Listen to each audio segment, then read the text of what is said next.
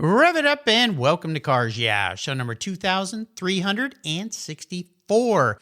This week we're celebrating The Quail, a motorsports gathering that takes place Friday, August 18th at the Quail Lodge and Golf Course in Carmel, California. Today's guest is another legend, another icon in the car world, so be prepared to be inspired. This is Cars Yeah, where you'll enjoy interviews with inspiring automotive enthusiasts. Mark Green is here to provide you with a fuel injection of automotive inspiration. So get in, sit down, buckle up, and get ready for a wild ride here on Cars Yeah.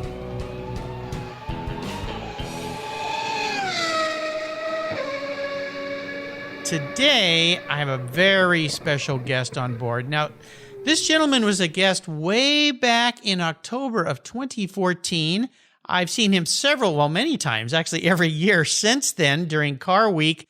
You'll recognize this name, Alois Ruf. Alois, welcome back to Cars Yeah. Do you have any gear? And are you ready to release the clutch? Thank you. Thank you. I'm very happy to be back and to be back on air with you. Mark, thank you so much.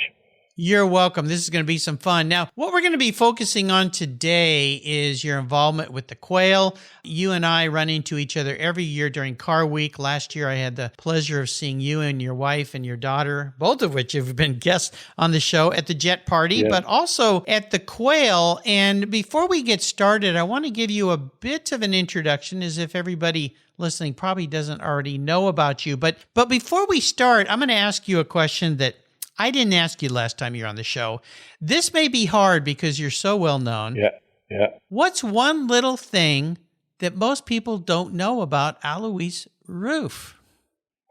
Well, many know me as a true 100% 911 Porsche buff. And now I am the 911 buff of our own cars that we are making. And many people don't know that this is not a business case for me. It is a complete passionate objective for my whole life, or subject for my whole life. Everything has been pivoting around this car. And I heard the first time the sound of a 911 engine in April of 1964 when a prototype was flying by on the Autobahn, going through the rain, basically plowing through the rain. Mm-hmm. And I never forget that sound. It just went into my bone marrow. Yeah. Well, no kidding. Most definitely. I've had the same affliction. The first time I heard 911 was a neighbor up the street, and I went running out the front door. Yeah. What is that? And another secret, what people don't know about me, that I am also in the renewable energy. And then the most traditional and the oldest one, it's hydroelectric. And that was already the dream of my father, to own one of those hydroelectric power plants. And I finally was able to put it together for him. What? Long way after he died, after he went to heaven. I was able to build I was realizing what he was already planning over 30 years before. Oh my gosh. I want to tell you too. Yeah. I mean, you can relate to that because you are in the part of the United States where they have a lot of hydropower. Oh, yeah. We get our electric from the big river up the road here. So, yeah. Exactly. And this is what I'm doing too. And it gives me great fulfillment and satisfaction. Oh, this is so exciting. And this, we'll talk about that a little bit more because this can relate to the very fast coming down the road electric cars. And I know you guys have built that in the past. And when I had your lovely daughter, Aloisa, on the show, we talked about the future and electric cars with Ruf. But let me give you a quick introduction, and we're going to dive into this wonderful life you've created around Porsche. Yeah. Okay, Mark. Yeah. Alois Ruf is a legend in the world of unique tuned Porsche automobiles. The name Ruf has stood for competence in the automotive world for more than 80 years. Ruf Automobiles is a family-run automobile manufacturing based in the heart of Bavaria. I can tell you I am very fortunate. I've been there twice now to visit. Ruf is not only a family name of the company's founder, Alois Ruf Sr., who brought the company to life way back in 1939, but it's also the name that stands for technical excellence, authenticity, passion,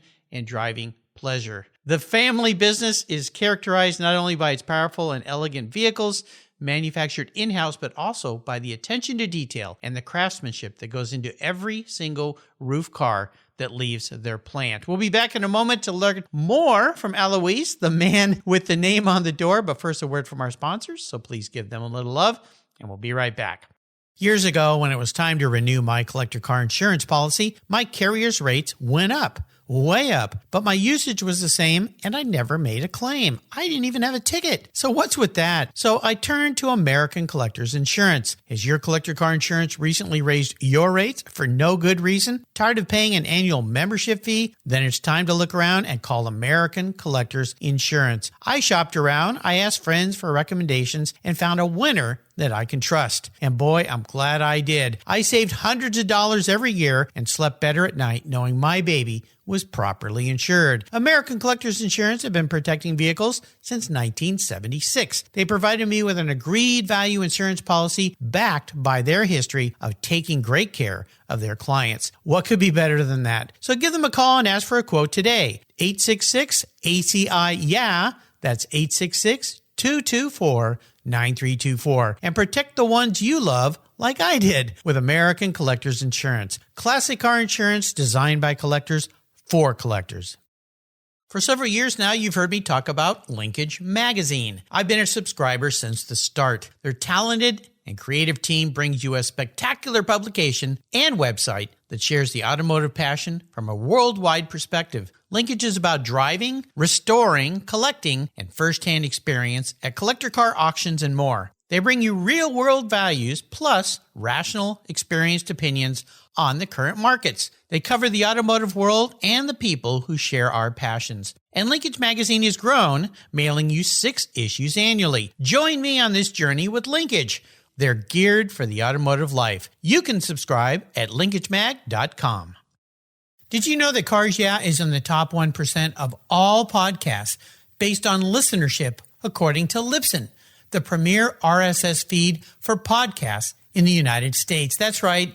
Plus, DuPont Registry recommended Cars Yeah! Is one of their top 10 car podcasts for you to enjoy. Cars Yeah! Has experienced tremendous growth, plus your ads are evergreen, meaning they never go away. And more listeners find Cars Yeah! Every day for their daily dose of automotive inspiration. Do you want to expose your brand to a highly targeted list of automotive enthusiasts in a very unique and very personal way? Well, I can help you. Contact me, Mark Green, at mark@carsyeah.com or through the website at carsyeah.com today to learn more. So, Alois, we are back. You know, I want to dive into what you're going to be bringing onto the lawn at the Quail this year, because we're featuring the Quail all this week here on Cars Yeah! And I run into you every year at that magnificent event, along with many other events during Car Week. And this year they're featuring the 50th anniversary of the 73 RS Carrera and also early the 959s. But I want to talk a little bit about what we plan on seeing you bringing, but I want to also, when we're done, get back to this hydro deal, because I didn't know that you were doing that and that you'd done that, and I'm very excited about it. But what are we going to see on the lawn at the Quail this year from you? We're going to see something that we make as a present or contribution to the 60th anniversary of the 911, which turns 60 tomorrow. Tomorrow is the 1st of August, and in the month of August, the first 911, one could say, was really completed in that form as it was built later. I'm talking about Quick Blau. Quick Blau was the nickname for the blue car, the enameled blue car that had the first 5-instrument dashboard. And I am the proud owner of that car, and that car will also come to Pebble Beach and will be in the Pebble Beach Concours d'Elegance. I sidetracked a little bit because I wanted to mention the 60-year anniversary, how important that is. The most important sports car of all time turns 60. And for this reason, we are going to bring something. We make a present to that special automobile and the special people who created this automobile, meaning from Mr. Ferdinand Alexander or Butzi Porsche to Hans Metzger, Herr Piech, and the whole people, the whole team that were involved in developing that car. And we are bringing back some of this original 911 romantic, I would call it. And that will be shown on the lawn at Quail. But I cannot say much more because it has to be a surprise. Well, there's lots of surprises that you always bring to these events, but that is so exciting. I mean, oh my gosh. And this wrapping of this passion of this brand around your life and your family. And when you were on the show originally, a long time ago, I learned a lot about where this came from and how your dad started the business and how you've been involved. But oh my gosh, I had no idea that you had that very first one. How on earth did you get your hands on that? I own it since 1968. My father found this car at the Porsche dealer in Stuttgart in 1968 in the fall. And it was a damaged, let's call it 911 now, and it was missing the engine. And my dad thought that could be a project for my 18-year-old son, so he could do his first Porsche. And he brought that car home and says, "Son, now you have the first Porsche. You have to fix it. I will help you, but you're not going to get a 911 engine in that car." Because he was worried for my life, an 18-year-old. Yep. And so I was allowed to put in a 912 motor. I drove this car all the way to 1971. And I already realized at that time that it was a special car because many details were different in the car. But I didn't even understand at that age what a prototype was. I haven't figured it. I realized already that it had a very funny chassis number that I've never seen anything similar because it looked like a 356 chassis number actually. And the papers of the car showed that it was first owned by Porsche, and then later as from a Hans Metzger who owned that car. But these were nobodies. At that time, nobody knew who a Hans Metzger was. Right, yeah. Nobody knew who was a Ferdinand Piëch. They are all in our Porsche heaven, and they're the gods today. But at that time, nobody knew that. So there was not big attention given to that. I was just driving this little bit awkward, funny early 911 with my 912 motor, and I was happy to drive it. Yeah. And I had it until 1971, until I had a young guy interested. He wanted to buy the car, and I allowed him to test drive it, and he ran it in the ditch. Oh, no. Yeah. Then ever since I kept it. And later because I'm somebody who cannot throw away things, especially when it's Porsche. Yeah. I cannot.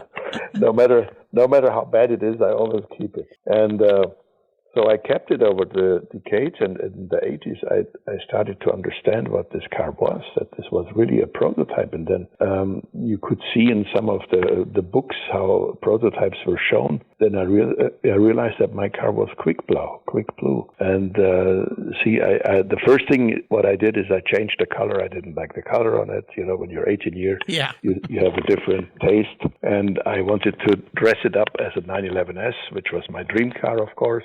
So I put all the 911S trim and the Fuchs wheels and made the car look like a 911S. But it was always the 901 prototype number 6, 13326 is the chassis number. And it is the brother of the car from Mr. Don Minusio. If you know his car is called Barbarossa.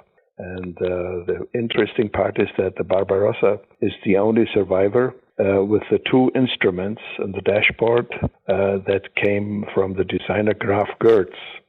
Graf Goertz was the designer of the BMW 507, and after his BMW time, he was hired by Porsche, and he introduced the 507 dashboard into the 901. And it was a painted dash. The dash had the color of the exterior of the car, and my car was the first with the 5 instruments and the wood trim. And the 5 instruments were on shrink finish coat, a shrink coat and at the dashboard. Yeah, just amazing. It looks, in all details, it's so different. You will like it when you see it. Oh, my gosh. You'll be interested. That is an absolutely amazing story. And did you eventually, was the original engine ever even... Did it exist again, or what's in the back of the car now? No, it's difficult to talk about an original engine because this car, they made engine swaps every other day because the very first engine that was in this car, because my car was the first show car for London, for Earl's Court, and it was presented with a wooden mock-up engine.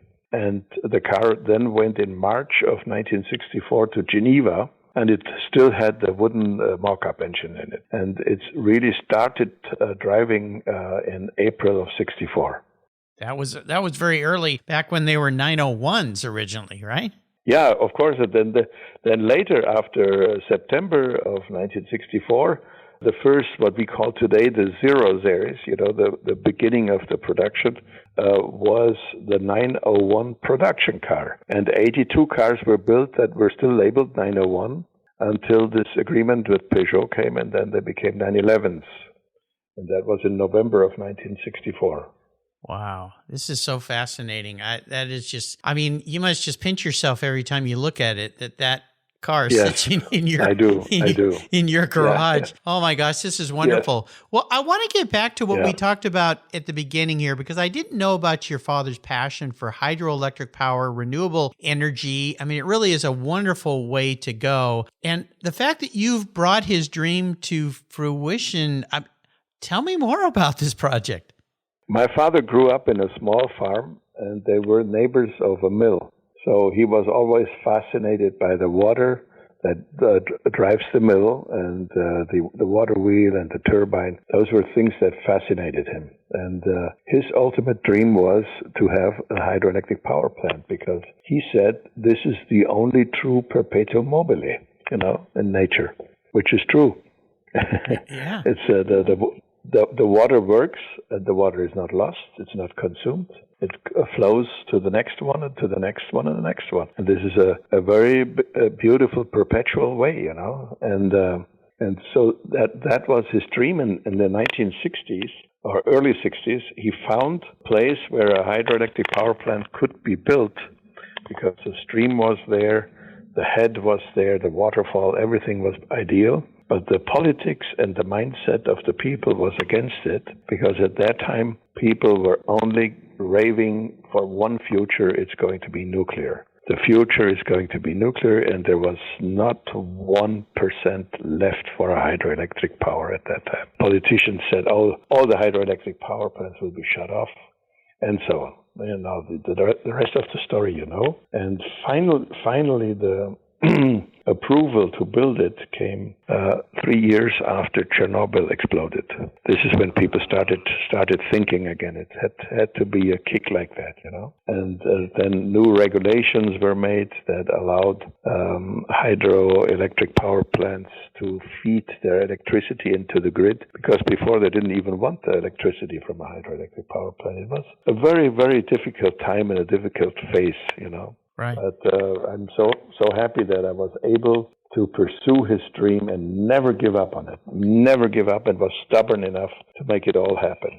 Yeah, so tell me what it is you've created then, and is it feeding power to your facility?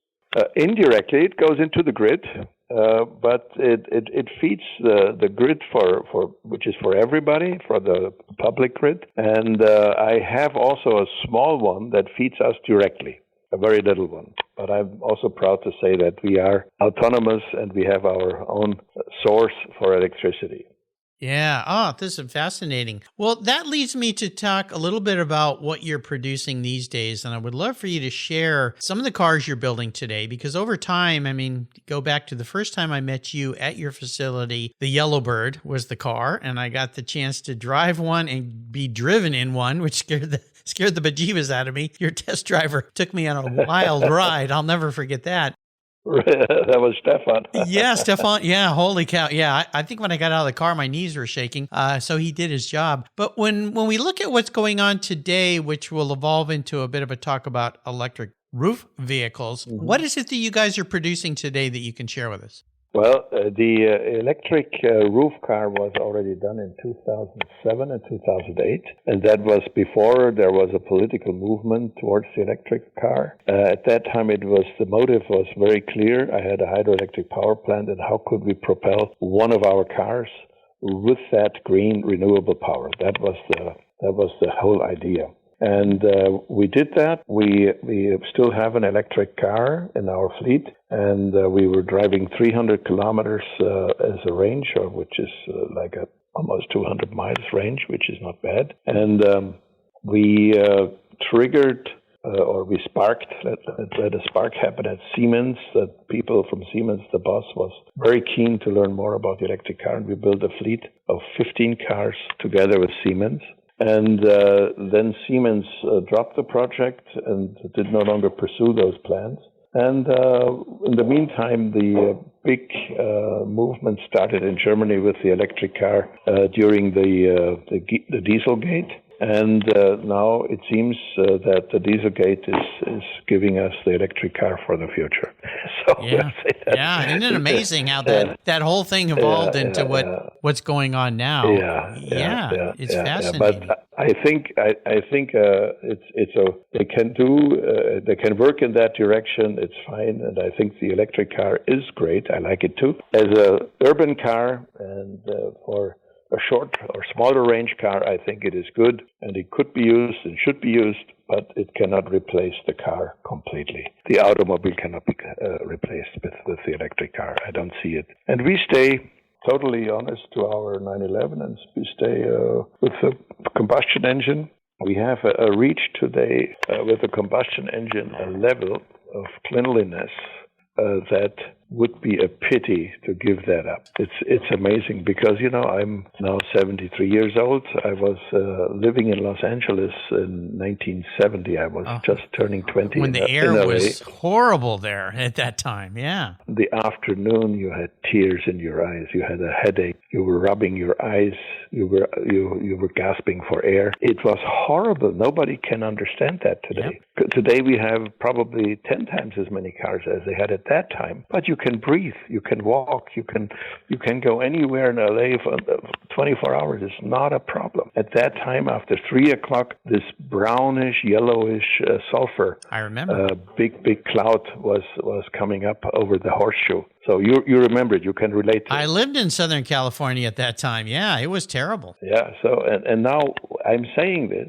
It's something positive. We have achieved something, but it's not en vogue to say that. You're not supposed to say that we have achieved something, because you have to say we are bad. Yeah. We have to become cleaner. But now today we are driving on the road, and we are cleaning particles in the air with our existing cars, particles that were emitted from other means, not only automobiles, industrial or whatever, And our cars pick up that air and clean it, and it comes out cleaner from the exhaust. This is what we have achieved. Yeah, I'm so happy you're saying this, because it's something that's not said by anybody, and nobody says it. And we know why. The press does not pick up on that. Yeah, press does not pick up on that. That makes me feel really good about the future of Ruf and the vehicles that you're building that will continue with some versions of ICE engines, right? Yes. Yeah, we continue with our classical combustion engine, and we keep it clean, and we make anything possible to use the latest technology to keep it a clean engine and stay with the fun of it, Don't lose that emotional part of the engine. Don't lose that emotional part of the feel of the whole car, that you are driving the car and you feel it is part of yourself. It's not something that you are sitting in. You are sitting with and together, and you become one. I'm trying to describe it. No, it's a passion. Yeah. It is, and it's been a huge part of your life. Life is something you have it only once in your life, and when something makes you happy and gives you fun, then why not have it? You should enjoy it and do it. So if you can make people smile when you put them in one of our cars, that is for me the biggest satisfaction. Same thing for my wife, for Estonia. She just stepped into the office, by the way. Oh, Estonia, awesome. Well, hello. Well, she was such a wonderful guest. And I wanted to touch a bit while I have you here today on your daughter, Aloisa, because I had her as a guest back in April. And she is the future of Ruf, because I'm so excited that she's decided to be a part of the family. Now she's been staying in LA this summer and this past spring working at the Peterson, which is so exciting. But I would love to hear from the father, the dad, of your passion and love, obviously, for her, but also for her carrying the torch forward. What does that mean for you? Well, I must tell you, Mark, Aloisa was our Sunday child, or is our Sunday child, and she has grown up with all the activities that we are having, be it having guests, be it making visits, going to cars, going to whatever car events, rallies, you name it. She was always there. She had her pacifier in her mouth, and she watched everything, you know? Yeah. She watched everything. She loved the engine sound. When she sat in the back of our car, she was asleep because she was totally happy and nestling into the back of the car. Yeah, wonderful. It was great, and this is how she grew up, and it's in her. And it's something you can induce it to a certain degree, but either you have it or you don't have it, and she does have it. And I think you felt that when you talked to her. Oh yeah. Yeah, it was wonderful. And I love the fact that this is really a continuation of the Ruf legend, if you will, because you were that same person with your father. And now she's here with you and Estonia. Yeah. And it's just, it's encouraging to me because I'm a little bit younger than you, but we're of the same generation, that the brand will continue and the passion will continue. The brand will continue. Yeah. Yes, I have no worries. It will continue. Yeah. It's just so fortunate. I love it. And great to have, and I'm very honored to have your whole family on the show. Wonderful. You know, I always play this little game with my guests, and I didn't do this with you when you were on the show before, but this is the way it goes. I'm going to enable you to get into any car in the world. I'm going to park any vehicle in the world in your driveway. Now, for a guy who's driven some insane cars, this might be a challenge, maybe not, but you can take it anywhere, and you can take anybody with you, including somebody from the past who's no longer with us, which makes this drive extra special. So for someone like Alois Ruf, who's driven the most amazing cars in the world, what does the ultimate drive, just for today, look like for you? The ultimate drive of the cars that I have or that I have access to? It could be your cars, or it could be some car that maybe you've never driven and you'd like to get behind the wheel. Yeah, it's a good point. You know, of all our cars, I have been asked this question: which one is your favorite? You know, this is like that's a tough one. Say, what is your favorite kid? You know, yeah. It's difficult, but you know, I love other cars too that have a big meaning. You know, I enjoy when I take my family out in a 4-seater convertible. I have a 280S E3.5 convertible. That's a summer car. It's a beautiful car to go for a picnic. I love it, you know. And I have also a simple car like a Citroen Mehari. I don't know if you know that car. It was never available in America. It was only a French thing, you know. Yeah. I have. It's very diversified. But you know, when you ask me what impressed you the most of all the vehicles you have ever been in, is now our CTR and the SCR, because now we built the car from A to Z. We built from the chassis, from the uprights on the axles, from the push rods, the steering gear, whatever. Everything comes from our own, and the car is put together, and it runs, and it runs, and it drives, and it gives you that feeling of the original element that made the 911, but amplified. Yes. A lot more. Yeah. You know? Yeah. I hope I said that right. You did. I tried to put it together in my words. Yeah. Well, I think that's a great answer. And to me, it exemplifies what your brand is all about. And that is taking something that is extraordinary and then doing something even better with it. So, I tell you, my friend, what you've done and what your family's done and where it's going and where it's been is such a treasure for all of us enthusiasts. And I want to thank you for just continuing to share the passion that you share. It's really just wonderful. To share the passion. Yeah. And I'll tell my listeners today, you know, I met you long ago in Estonia, long ago, and you've stayed in touch. You are just the nicest people. And, I always think whenever somebody says, oh, you've met the Rufs, and I go, yeah, but they're just normal people. They're so nice. They're so kind. And I want to thank you for that friendship that you've shared over the years. Oh, thank you. Yeah. Thank you, Mark. Yeah. And we're looking forward to see you in the Quail, at the Quail. Well, it's always a wonderful event. And before I let you go today, could you maybe share a couple words of inspiration for those of us listening today that love automobiles? Is there something that stands out for you? All I can say is I invite everybody to fall in love with this wonderful car. I'm now talking of the 911. And then we've continued the 911 of the more nostalgic days and tried to bring it in a more modern fashion, that when you see the car, it doesn't look old-fashioned. It looks like it is a new Butzi that has just been created. A new Butzi. Hey, that's a nice way to say that. Yeah, I love it. It's absolutely wonderful. Yeah. Because for me, this car is so beautiful, it can live forever. It has. Yeah. It's beat the test of time. Yeah. Well, for you listeners, Ruf is easy to find. Just go to ruf-automobile.de. I'll put links to that, but you can find Ruf everywhere. Right. And I want to thank the friends at Con Media for bringing Alois back to the show today. Can't wait to see you soon, my friend. Until you and I talk again, okay. I'll see you at the Quail. At the Quail, Mark. Wonderful. Looking forward to. All right. Thank you very much for this opportunity. I enjoyed talking to you, and also all the best to our listeners here. My very, very best regards. Absolutely. Thank you so much. And enjoy the car week. You bet. Okay. Auf Wiedersehen. Bye-bye, Mark. Bye-bye. Thank you so much for joining us on today's ride here at Cars Yeah. Drive on over to carsyeah.com to find show notes and inspiring automotive fun. Download your free copy of Filler Up, a fun book filled with gorgeous photographs of fuel filler fun, including quotes from more inspiring automotive enthusiasts. Download your copy today, and we'll see you next time on Cars Yeah.